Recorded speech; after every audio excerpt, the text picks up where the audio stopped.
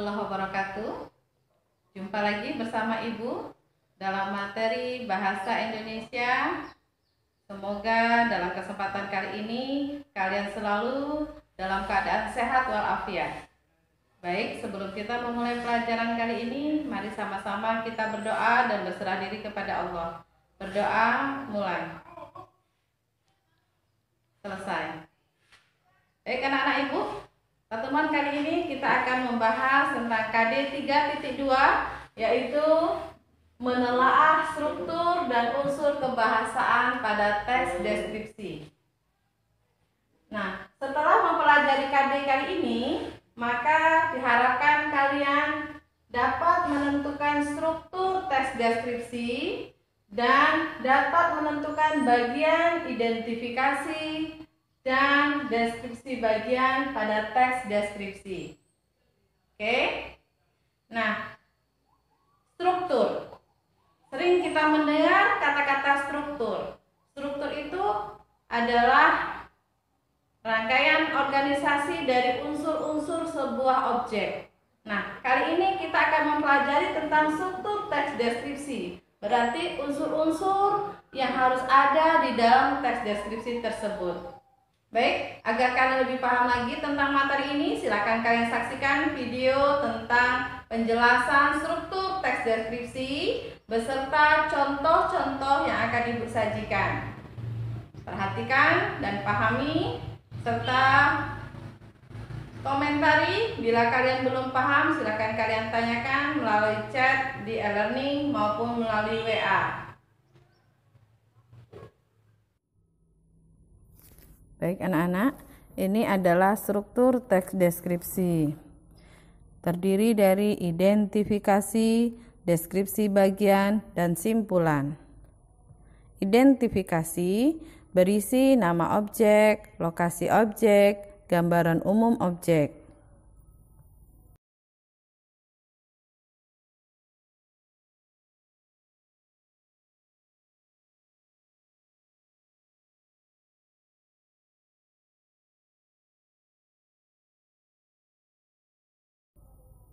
Sedangkan deskripsi bagian berisi perincian bagian objek, tetapi diperinci berdasarkan tanggapan subjektif penulis.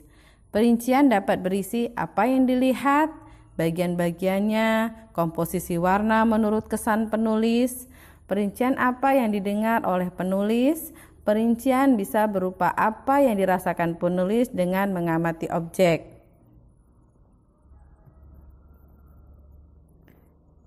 Selanjutnya, jenis pengembangan deskripsi bagian. Deskripsi bagian bisa berdasarkan ruang, berdasarkan anggota bagian-bagian objek, berdasarkan proses sesuatu berlangsung, berdasarkan bagian berupa pemfokusan.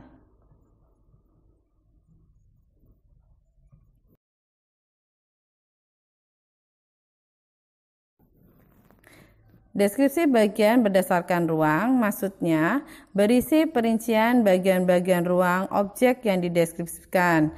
Misalnya, penulis mendeskripsikan bagian pintu masuk, bagian tengah ruangan, atau bagian belakang.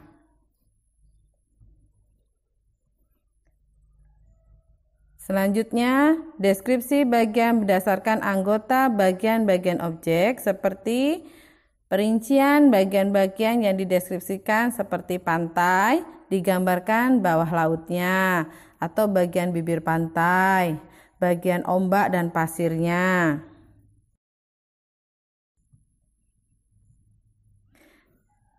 Deskripsi bagian berdasarkan proses sesuatu berlangsung, berisi perincian bagian awal, mulai meningkat, puncak atau inti, penutup. Misalnya penulis mendeskripsikan awal pementasan, puncak adegan, mulai meluruh, dan penutup.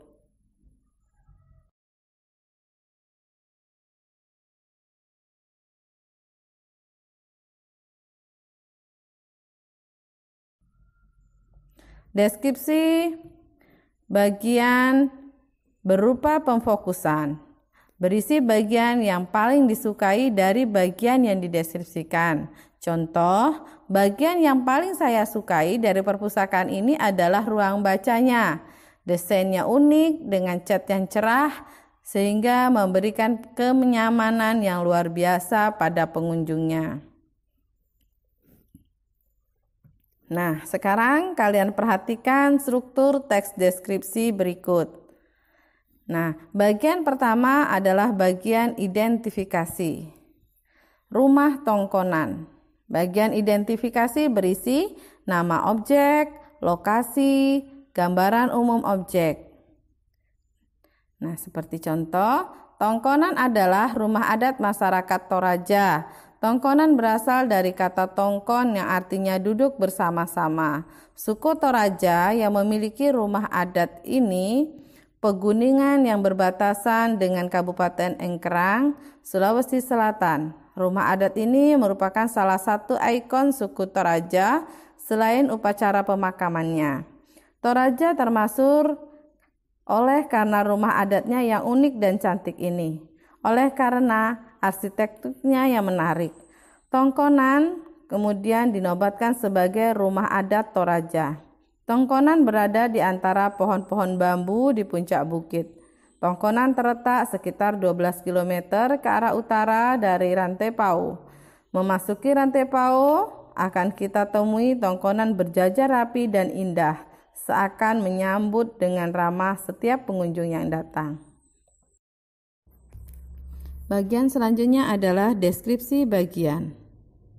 Untuk deskripsi bagian, pada teks rumah tongkonan memerinci bahan kayu, ukiran rumah, hiasan atap rumah. Rumah adat yang satu ini terbuat dari kayu yang bagus dan dihias dengan apik.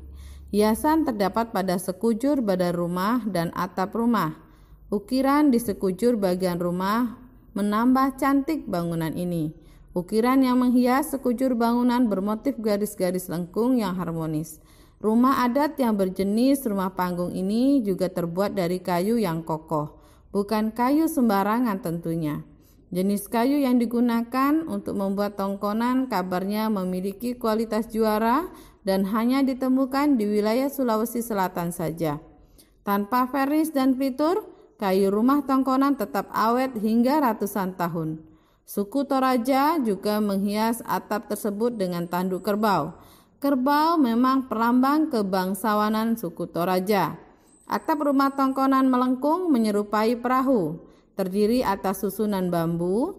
Tongkonan tersebut didekorasi dengan sejumlah tanduk kerbau yang ditancapkan di bagian depan rumah adat. Di setiap bangunan bagian depan terdapat deretan tanduk kerbau. Selanjutnya bagian penutup. Untuk bagian penutup berisi kesan-kesan umum. Nah, pada teks rumah tongkonan, bagian penutupnya adalah sungguh kaya warisan budaya Indonesia. Kita bangga memiliki warisan budaya dengan nilai artistik yang tinggi dan unik. Rumah adat tongkonan warisan budaya yang perlu kita jaga. Untuk latihan kali ini, kalian tentukan bagian-bagian struktur teks deskripsi pada teks Pesona Pantai Senggigi. Kalian cukup tulis bagian identifikasi terdiri dari paragraf berapa saja, bagian deskripsi bagian terdiri dari paragraf berapa saja, dan bagian penutup paragraf terdiri dari paragraf berapa saja. Silakan kalian tulis di buku latihan masing-masing, kemudian kalian beri nama, kelas, dan tanggal. Setelah itu kalian foto dan dikirimkan melalui aplikasi e-learning atau melalui WA Ibu. Terima kasih.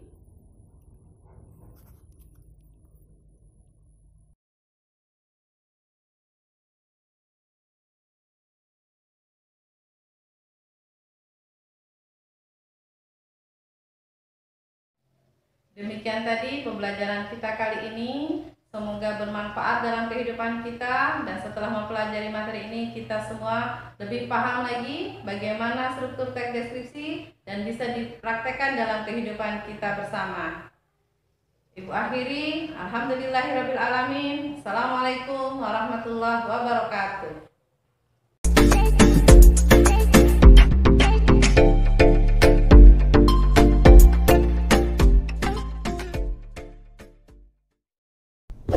Hai guys, Assalamualaikum.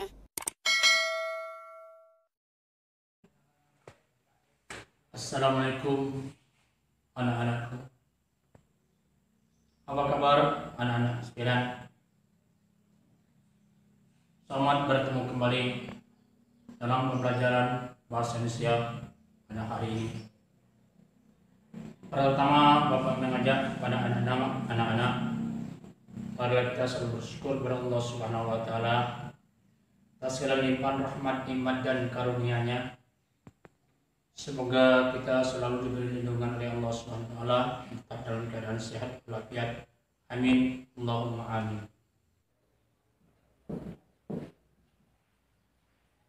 Itulah kira-kira materi kita pada kesempatan ini. Pada pelajaran yang terlalu kita sudah membicarakan tentang pengertian, ciri-ciri dan fungsi teks laporan percobaan. Tentunya Bapak yakin anak-anak masih ingat apa itu pengertian teks laporan percobaan, ciri-ciri teks laporan percobaan, dan fungsi teks laporan percobaan.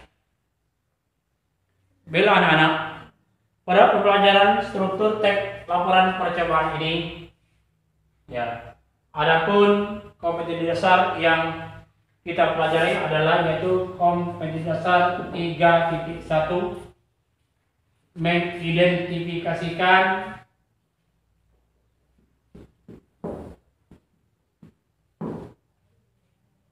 informasi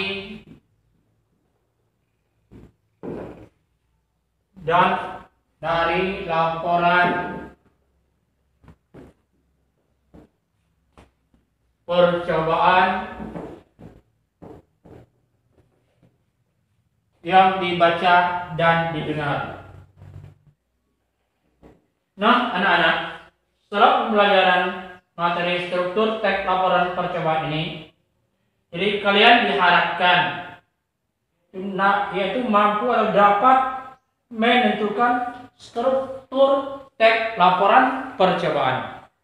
Sebagaimana kita ketahui bahwa laporan percobaan itu memiliki struktur atau bagian-bagian tertentu.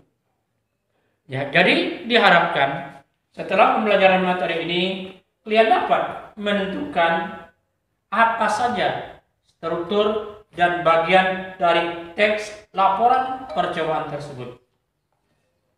Baiklah, sebelum kita lanjutkan, Bapak ingin bertanya dulu kepada anak-anak, apa saja yang termasuk ke dalam struktur teks laporan percobaan tersebut? Ya, untuk lebih jelasnya, ya, Bapak akan menjelaskan tentang struktur teks laporan percobaan. Anak-anak, teks laporan percobaan memiliki struktur atau bagian-bagian tertentu. Nah, struktur inilah yang membangun sebuah teks percobaan. Tanpa struktur ini tidak bisa menjadikan sebuah teks laporan percobaan yang lengkap. Adapun struktur teks laporan percobaan, yang pertama adalah judul.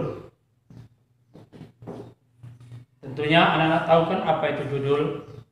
Pada pembelajaran sebelumnya atau yang telah lalu kita sudah pernah bicara tentang judul seperti mengarang, ya, dan cerpen, masih banyak pelajaran lain. Nah, judul ini adalah gambaran awal tentang isi sebuah teks.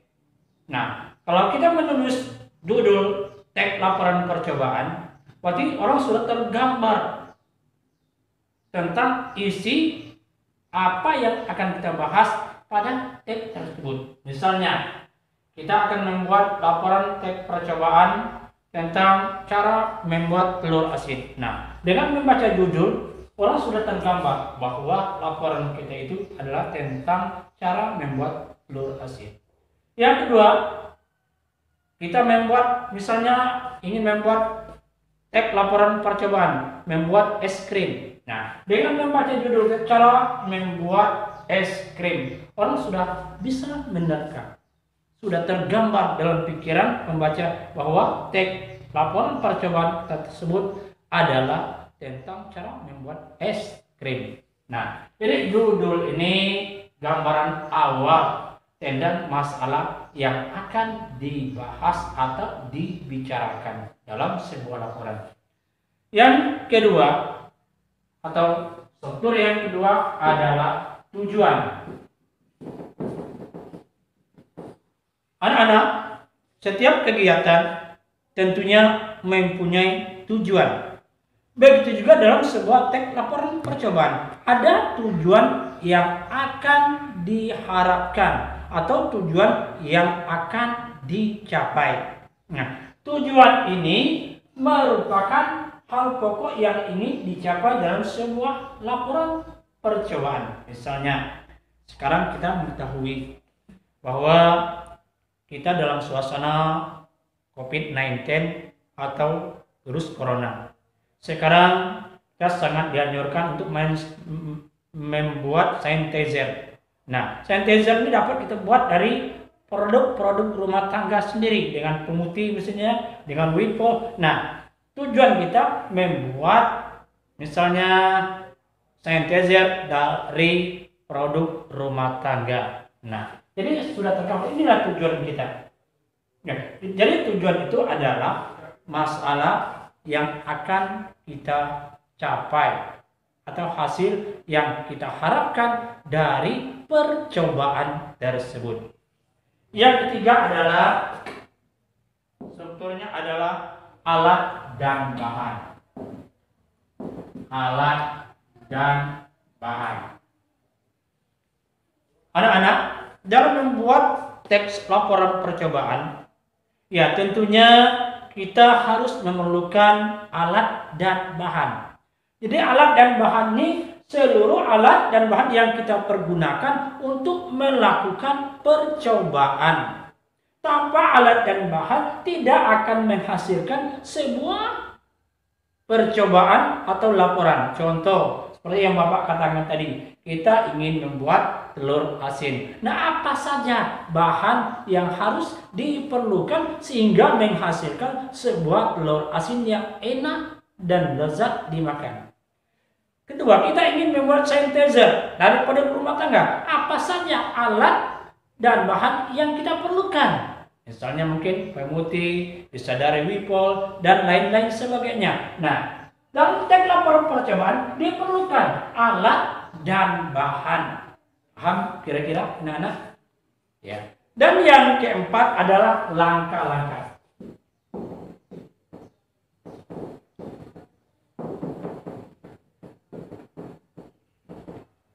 Yang maksud dengan langkah-langkah di sini, langkah-langkah kegiatan yang kita lakukan dalam melakukan percobaan tersebut.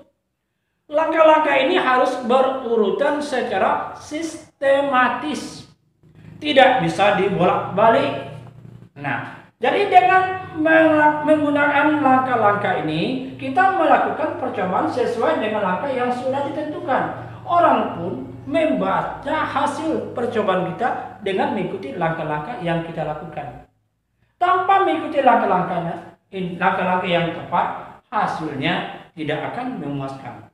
Oleh karena itu, dalam membuat teks laporan percobaan ini perlu dengan langkah-langkah kegiatan. Apa saja langkah-langkah yang dilakukan sehingga terjadilah sebuah percobaan. Jadi langkah-langkah ini disusun secara berurutan. Baik anak-anak, yang kelima adalah hasil. Struktur yang kelima adalah hasil. Hasil ini adalah hal yang akan dicapai setelah melakukan percobaan. Apa hasilnya setelah percobaan yang kita lakukan? Nah, eksperimen yang kita lakukan tentunya menghasilkan sebuah produk atau produk yang diharapkan sesuai dengan tujuan yang ingin dicapai. Misalnya tadi Bapak contohkan, kita membuat telur asin. Nah, hasilnya terbuatlah telur asin yang enak dan lezat dimakan. Atau kita membuat sanitizer. Hasilnya apa? Dapatlah terbuatlah sanitizer yang murah dan meriah dengan bahan yang sederhana. Nah, jadi hasil ini tujuan akhir yang dicapai atau hasil yang dicapai setelah melakukan percobaan. Sedangkan langkah atau struktur yang keenam adalah kesimpulan. Tentunya anak-anak sudah pahamkan apa itu kesimpulan? Ya, kesimpulan itulah pendapat akhir dari suatu pernyataan percobaan yang sudah kita lakukan. Nah, apa simpulnya? Dari langkah-langkah yang sudah kita lakukan, dengan memerlukan bahan-bahan yang sudah lakukan, dengan hasil yang sudah dicapai. Nah, apa kesimpulan kita terhadap percobaan yang kita lakukan? Apa berikan contoh tadi? Membuat telur asin. Nah, setelah kita tahu apa bahannya, apa langkah-langkahnya, hasilnya apa kesimpulan kita, apa pendapat kita terhadap percobaan yang kita lakukan. Ini dinamakan dengan kesimpulan. Misalnya dengan bahan yang sederhana kita akan dapat menghasilkan sebuah sanitizer yang bisa digunakan untuk misalnya mencegah atau membasmi virus corona. Itu kira-kira hasilnya. Nah, itulah kira-kira. Jadi kesimpulan itu adalah pendapat akhir kita. Anak-anak, inilah kira-kira tentang struktur teks laporan percobaan. Nah, untuk lebih jelasnya, silakan anak-anak amati contoh teks laporan percobaan melalui video pembelajaran ini, yaitu laporan percobaan tentang membuat telur asin. Silakan anak-anak amati dan cermati dengan sebaik-baiknya apa itu strukturnya, apa isi-isi dari struktur tersebut dalam membuat telur asin.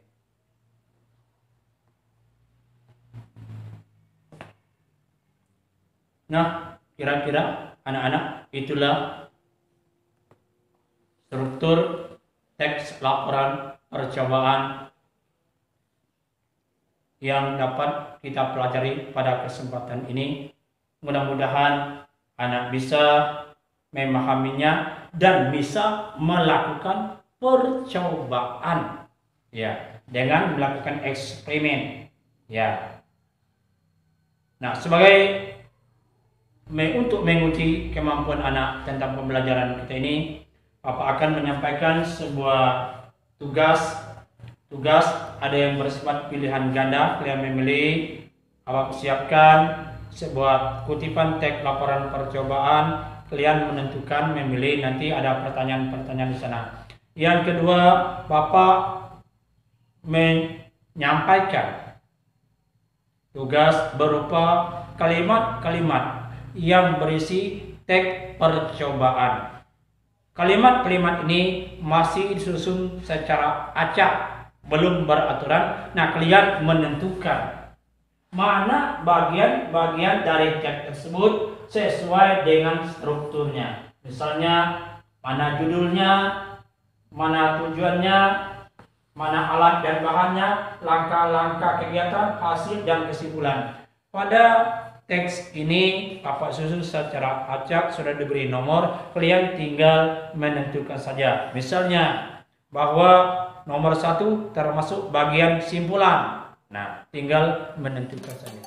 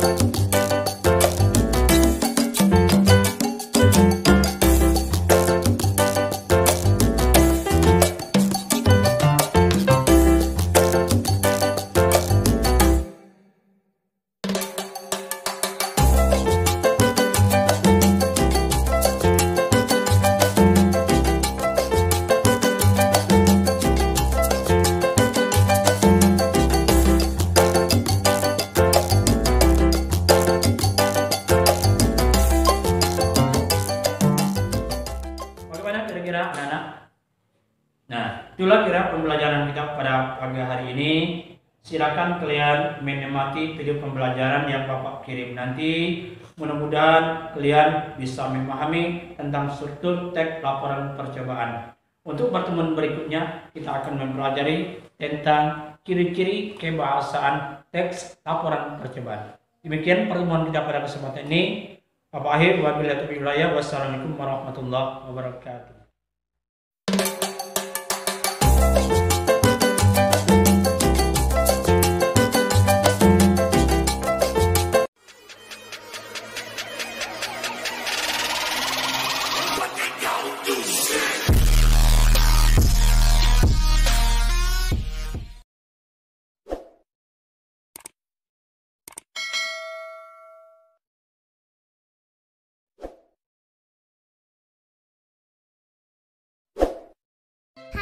Assalamualaikum.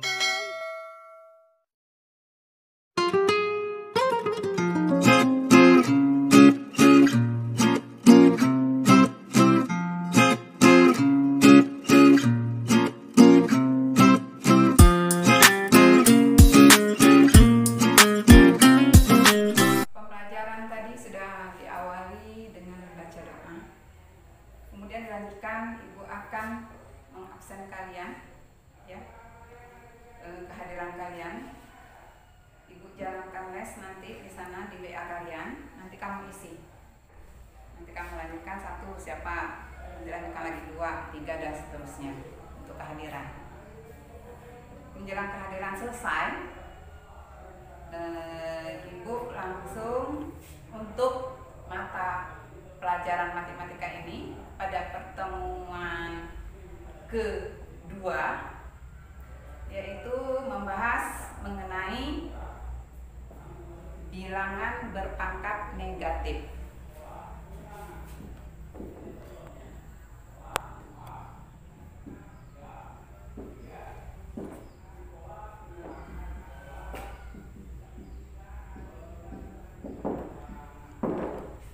Sebelum kalian belajar bilangan berpangkat negatif ini, kalian sudah belajar yaitu bilangan berpangkat positif, yaitu pertemuan sebelumnya.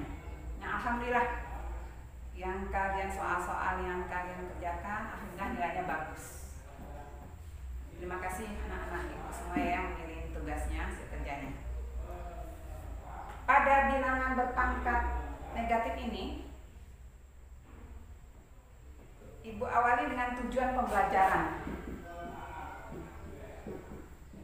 Tujuan pembelajaran di sini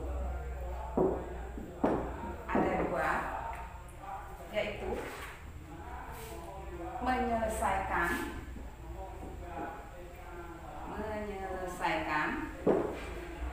pengertian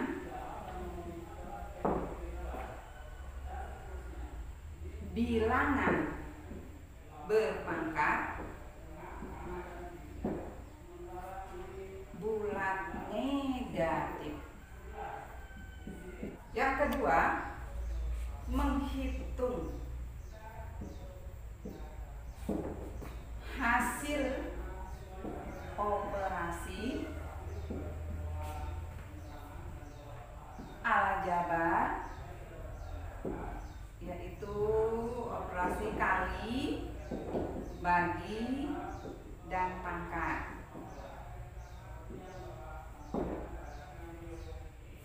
Pada bilangan berpangkat dengan menggunakan sifat bilangan berpangkat. Berarti tujuan pembelajaran ini yang nomor 2 masih kita menggunakan sifat-sifat bilangan berpangkat, yaitu ada 6 sifat-sifat berpangkat. Ini kalian sudah ketahui, kalian sudah pahami, yaitu dalam pertemuan kemarin bilangan berpangkat positif. Baiklah, tujuan pembelajaran ini sudah Ibu berikan. Nanti materi yang Ibu sampaikan kepada kalian yaitu berupa tayangan video. Dari tayangan video itu Ibu akan menjelaskan di sana. Jadi, selain bilangan berpangkat positif, bahwa suatu bilangan juga bisa berpangkat negatif. Pangkat negatif bisa dikategorikan suatu pangkat yang tak sebenarnya, karena tidak bisa dijabarkan secara rasional. Contoh, 3 pangkat min 2. Nah, ini kan pangkatnya negatif. Bagaimana penyelesaiannya? Sedangkan pangkat positif, kalian sudah belajar sebelumnya. Contoh 3 pangkat 2, artinya 3 kali 3. Mengulang bilangan pokok ini dengan 2 kali. Sifat suatu bilangan berpangkat negatif adalah A pangkat min 1 sama dengan 1/A. Atau bisa juga A pangkat min 2 sama dengan 1/A pangkat 2. Sebaliknya, atau penyelesaian dari A pangkat min 2 itu adalah 1/A A pangkat min 2 sama dengan A pangkat 2. Jadi pangkat negatif bisa dijadikan pangkat positif. Bagaimana caranya? Lihat proses penyelesaiannya. 1 per arti dari A pangkat min 2 kamu sudah tahu, yaitu 1 per A pangkat 2. Maka hasilnya ini ada proses pecahan ya, pembagian ini kebalikan dari perkalian, maka penyebutnya dibalikan. Ini dia, pembilangnya tetap 1 dikali proses perkalian A pangkat 2 per 1 sama dengan A pangkat 2, maka bilangan berpangkat negatif bisa dijadikan bilangan berpangkat positif. Kemudian kalian masih ingat yaitu sifat-sifat dari bilangan berpangkat. Sifat-sifat dari bilangan berpangkat digunakan juga pada bilangan berpangkat negatif. Ini masih ingat ya, pelajaran terdahulu ada proses perkalian. Kalau bilangan pokoknya sama maka pangkatnya ditambah. Kalau dalam pembagian dengan bilangan pokoknya sama pangkatnya dikurang. Dalam bentuk perkalian lihat di sana pangkatnya dikalikan. Kemudian yang nomor 4 lihat sifatnya perkalian kalau dalam kurang, kalau bilangan pokoknya beda maka ini ada kehilapan, maaf, seharusnya A pangkat N dikali B pangkat N. Yang kelima dalam pecahan A per B dipangkatkan M, maka hasilnya adalah A pangkat M per B pangkat M. Ini sudah kalian pelajari untuk pelajaran sebelumnya. Maka kita lanjutkan ke soal-soal yang berkaitan dengan bilangan berpangkat, akan disangka dengan sifat-sifat bilangan berpangkat seperti pada di samping ini. Lihat ada soal di sini.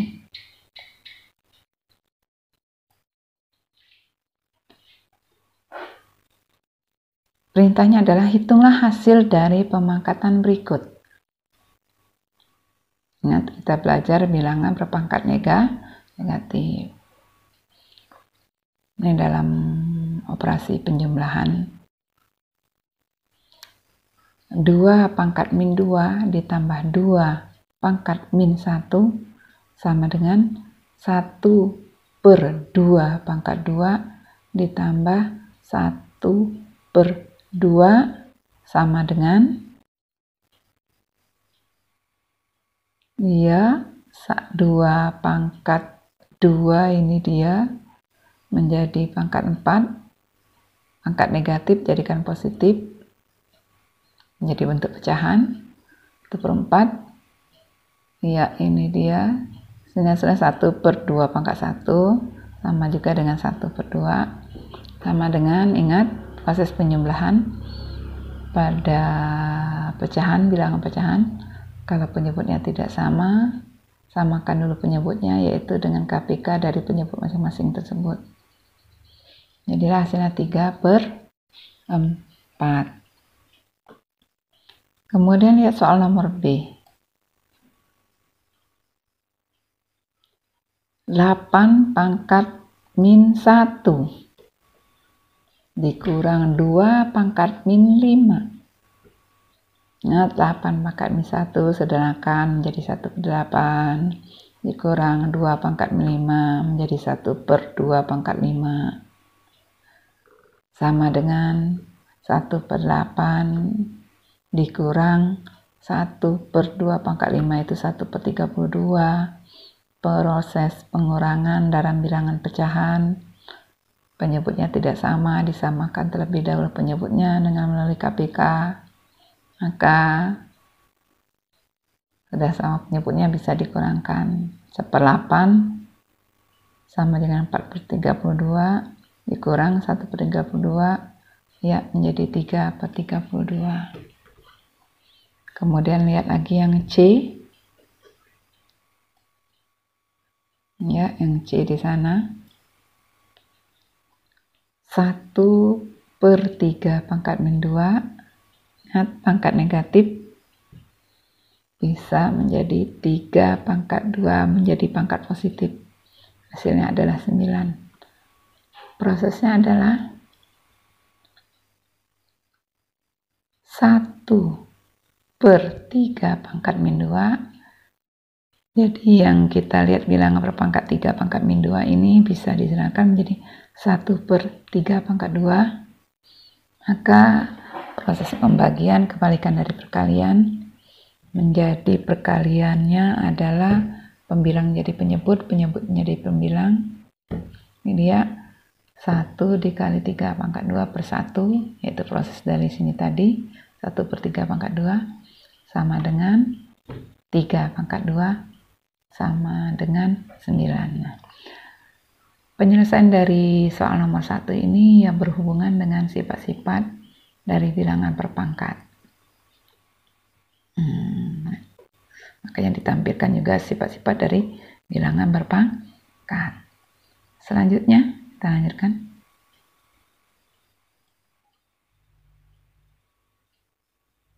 Masih contoh soal bilangan berpangkat negatif.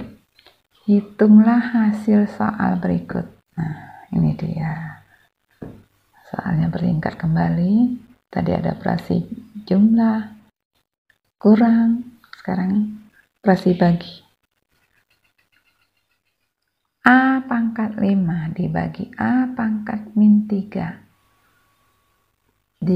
Pangkatkan min 2. Bagaimana proses penyelesaiannya? Kerjakan dulu yang di dalam kurung. Ingat tadi sifat yang digunakan dalam bilangan berpangkat. Pembagian, kalau bilangan pokoknya sama maka pangkatnya dikurang. Iya, nih pangkatnya 5 dikurang min 3. Dipangkatkan lagi min 2. Nah, proses perpangkatan yang dalam kurung ini dia 5 dikurang min 3, hasilnya adalah 8, jadi menjadi A pangkat 8, dipangkatkan min 2. Ini prosesnya yaitu sifat yang nomor 4 digunakan, yaitu pangkatnya dikali, menjadi A pangkat 8 dikali min 2, sama dengan A pangkat min 16. Sampai sini ada siswa yang mau bertanya, silakan melalui chat di grup boleh, di chat pribadi juga boleh. Coba kalian pahami sebentar. Baiklah, kita lanjutkan dengan soal nomor B.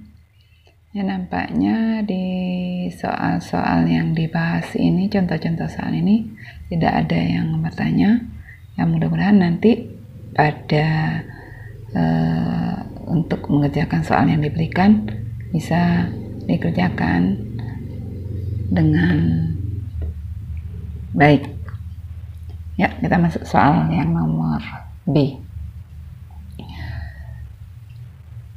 Soal B kamu lihat di tayangan video ini, yaitu perkalian, operasi perkalian di sini.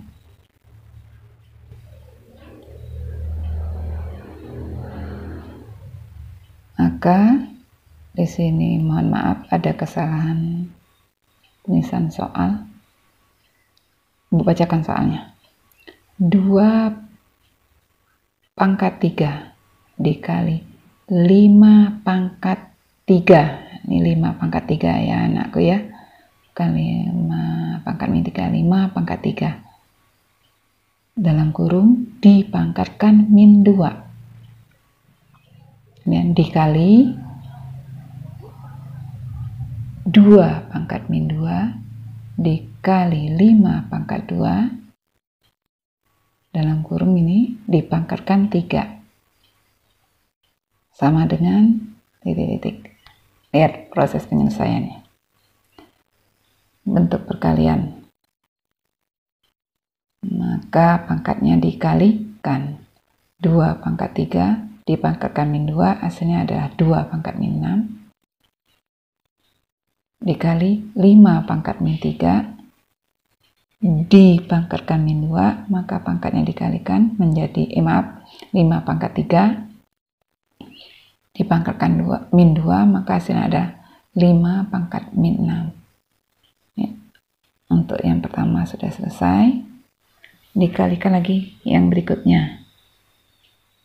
2 pangkat min 2 dikali 5 pangkat 2 dipangkatkan 3, hasilnya adalah 2 pangkat min 2 dipangkatkan 3, hasilnya 2 pangkat min 6 dikali 5 pangkat 2 dipangkatkan 3, maka menjadi 5 pangkat 6. Ini adalah sifat yang digunakan, sifat nomor 4. Nah, mana hasilnya? Di sana ada bilangan pokok yang sama, dekatkan 2 pangkat min 6 dan 2 pangkat min 6. Berarti bilangan pokoknya sudah sama, maka pangkatnya ditambah atau dijumlahkan. Kemudian ada bilangan pokok 5 pangkat min 6 dan 5 pangkat 6. Jumlahkan menjadi 5 pangkat min 6 ditambah 6. Hasil selanjutnya 2 pangkat min 6 ditambah min 6 adalah min 12. Jadi pangkatnya menjadi min 12. 2 pangkat min 12 dikalikan min pangkat min 6 ditambah 6 adalah 0. Nah, di sini kita sudah belajar bilangan berpangkat 0. Nanti ini ada selanjutnya pelajaran bilangan berpangkat 0. Berapa hasilnya? Sementara bilangan yang dipangkatkan 0 itu hasilnya 1, anakku. Nah, nanti dapat 1 ini nanti proses selanjutnya, pertemuan berikutnya kita pelajari ya, anakku ya. Kita lihat lagi soal yang ini tadi. 2 pangkat min 12 dikali 5 pangkat 0. Tadi Ibu katakan bahwa 5 pangkat 0 itu 1, maka hasilnya adalah 2 pangkat min 12 dikali 1. Maka hasil akhirnya adalah 2 pangkat min 12. Lihat soal terakhir dari nomor 2 C. Pecahan. Ini kita lihat bentuk soalnya adalah apa? Menggunakan sifat yang ke-6. Baiklah. A pangkat 2 per B dipangkatkan min 3 dikali B pangkat 2 per A pangkat 3 dipangkatkan min 2 sama dengan, lihat penyesuaiannya. Kalau bentuk itu berarti pangkatnya dikalikan min 3, semua pembilang dan penyebut ini dipangkatkan min 3. Ya, kita ini 3A pangkat min 6, 2 kali min 3, sedangkan B dipangkatkan min 3, B pangkat min 3, dikali B pangkat 2 dipangkatkan min 2 adalah B pangkat min 4, A pangkat 3 dipangkatkan min 2 menjadi A pangkat min 6. Nah, di sini kita bisa main coret-coret. Ya, ada di sini A pangkat min 6. Pembilang penyebutnya A pangkat min 6 ini bisa habis, yaitu menjadi 1, sama-sama habis. Dibagi bilangan itu sendiri berarti 1, 1. Berarti tinggal bentuk perkaliannya B pangkat min 4 per B pangkat min 3. Karena sama bilangan pokoknya, kita jadikan 1 B. Bagaimana dengan pangkatnya? Karena di sini adalah pembagian, pangkatnya dikurang. Pangkatnya menjadi min 4 dikurang min 3. Maka hasil akhirnya adalah B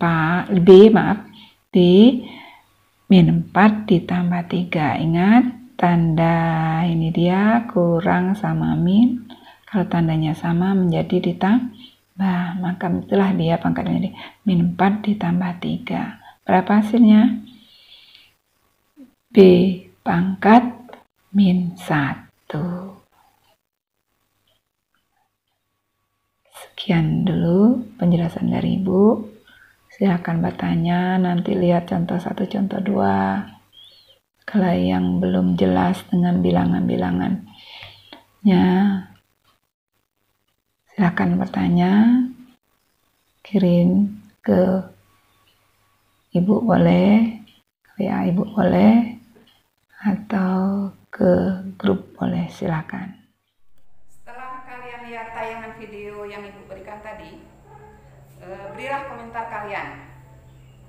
Bagaimana komentar kalian mengenai penjelasan Ibu yang tadi menyampaikan materi bilangan berpangkat negatif. Soal yang Ibu berikan nanti yaitu berupa PDF. Ini kalian lihat di sana.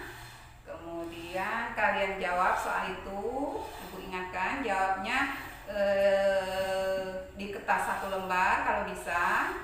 Hanya 1 kali foto, karena nanti jawaban kalian itu difoto, dikirim ke Ibu, tidak boleh sampai 2 foto, 3 foto, hanya cukup 1 kali. Kalau tidak cukup dengan kertas 1 lembar, kertas 2 lembar, kertasnya yaitu didekatkan, jadi sekali jepret, kirim ke Ibu. Paham anakku?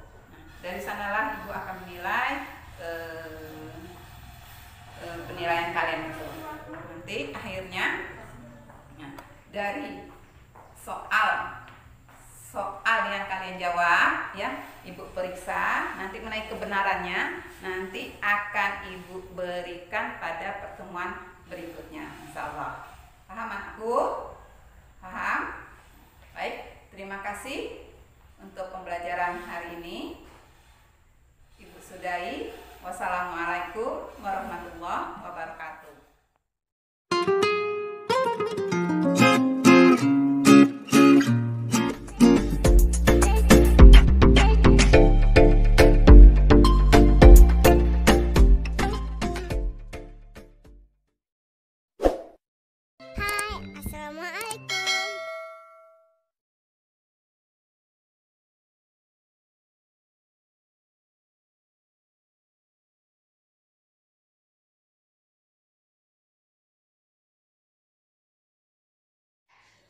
Assalamualaikum warahmatullahi wabarakatuh.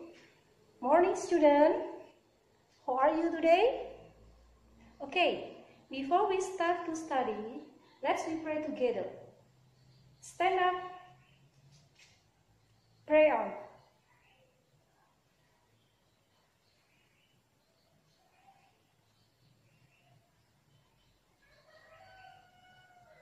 Finish. Okay, now I will check your attendance for this meet. Who was absent today? Thank you for your attendance for this meet. Baiklah anak-anak, dalam pertemuan kali ini Ibu akan menyampaikan kompetensi dasar mengidentifikasi ungkapan greeting atau sapaan dan leave taking atau berpamitan, di mana tujuan dari pembelajaran kita pagi ini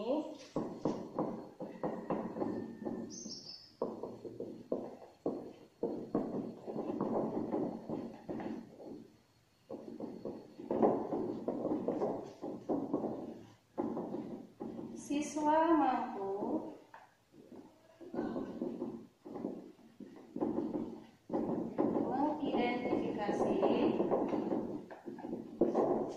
mengidentifikasi ungkapan greeting atau sapaan dan ungkapan leave taking atau pamitan. Yang kedua, siswa diharapkan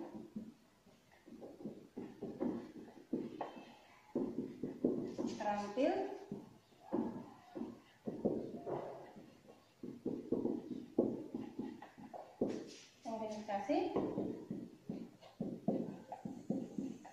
ungkapan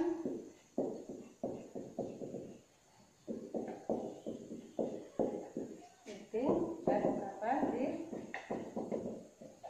greeting atau pamitan. Dengan mempelajari kompetensi dasar, dengan mengetahui kompetensi dasar dan tujuan pembelajaran pada ungkapan greeting atau sapaan dan lift taking atau pamitan, diharapkan kalian mampu mencapai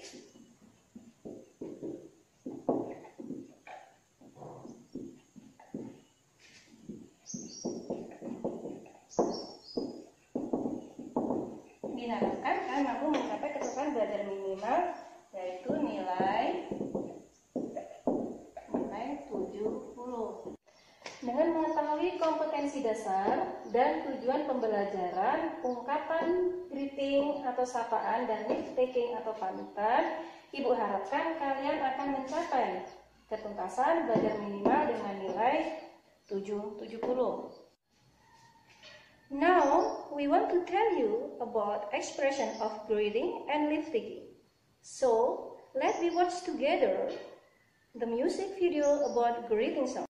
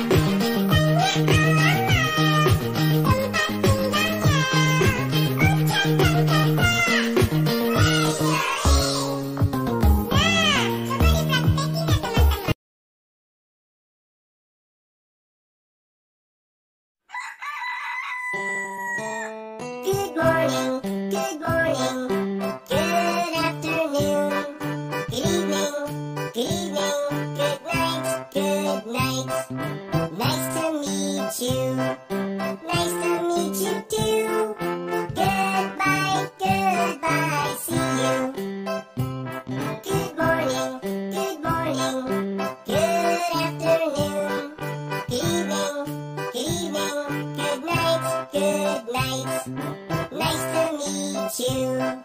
Nice to meet you too. Goodbye, goodbye, see you. Good morning, good morning. Good afternoon, good evening, good evening. Good night, good night. Nice to meet you. Nice to meet you too. Goodbye, goodbye, see you. See you later. Baiklah anak-anak, dengan menyaksikan tayangan video musik tadi, kita dapat mengidentifikasi ungkapan hai, hello diucapkan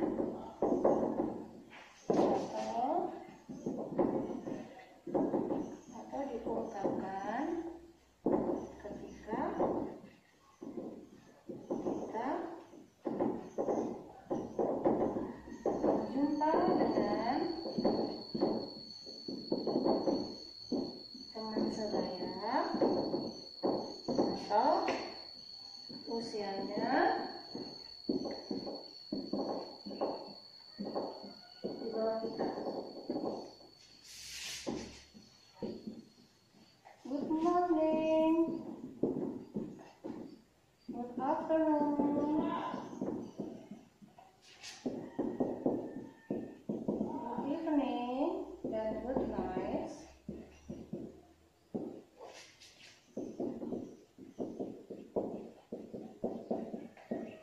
Diucapkan atau diungkapkan ketika kita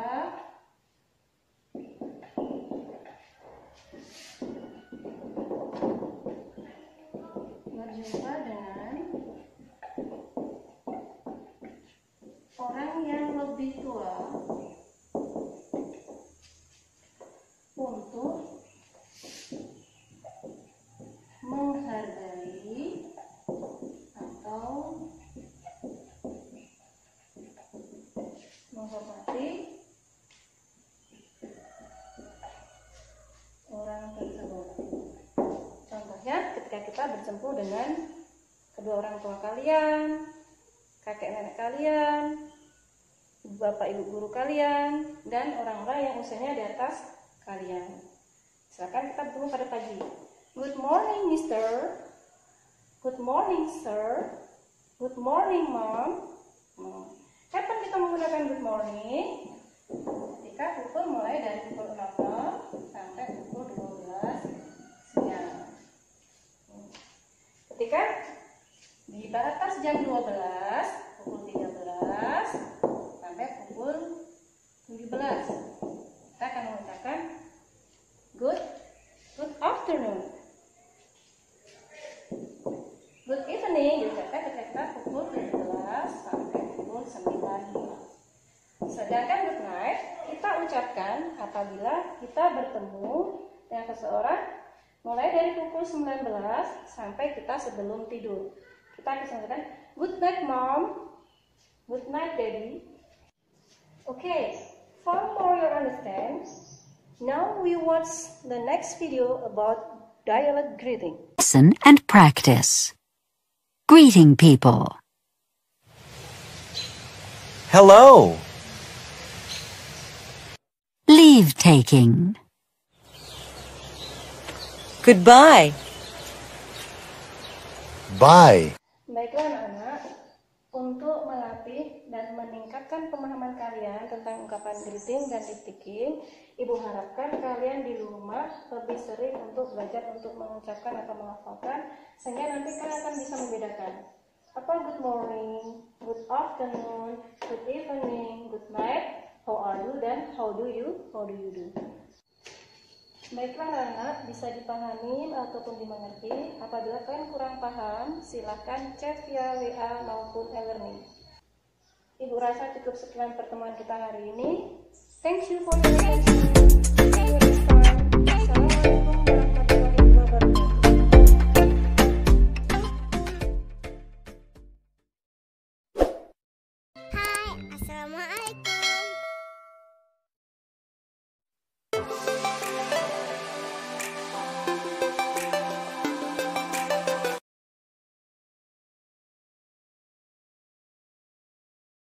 Assalamualaikum warahmatullahi wabarakatuh. Alhamdulillah, kita kembali lagi pelajaran IPA masih bersama Ibu. Untuk pertemuan kelas 9 ini pertemuan pertama setelah kemarin Ibu bagikan silabus atau KIKD. Untuk materi pertama kita akan membahas tentang bab sistem reproduksi pada manusia, yang mana KD-nya kompetensi dasar, yaitu menghubungkan sistem reproduksi pada manusia dan gangguan pada sistem reproduksi dengan penerapan pola hidup yang menunjang kesehatan reproduksi. Adapun indikatornya mengenai menjelaskan proses pembelahan sel, menjelaskan sistem reproduksi pada manusia. Baik, untuk dalam pembelajaran ini, tujuan pembelajaran yaitu menjelaskan proses pembelahan sel, menjelaskan sistem reproduksi manusia. Untuk lebih jelasnya, saksikan materi berikut ini.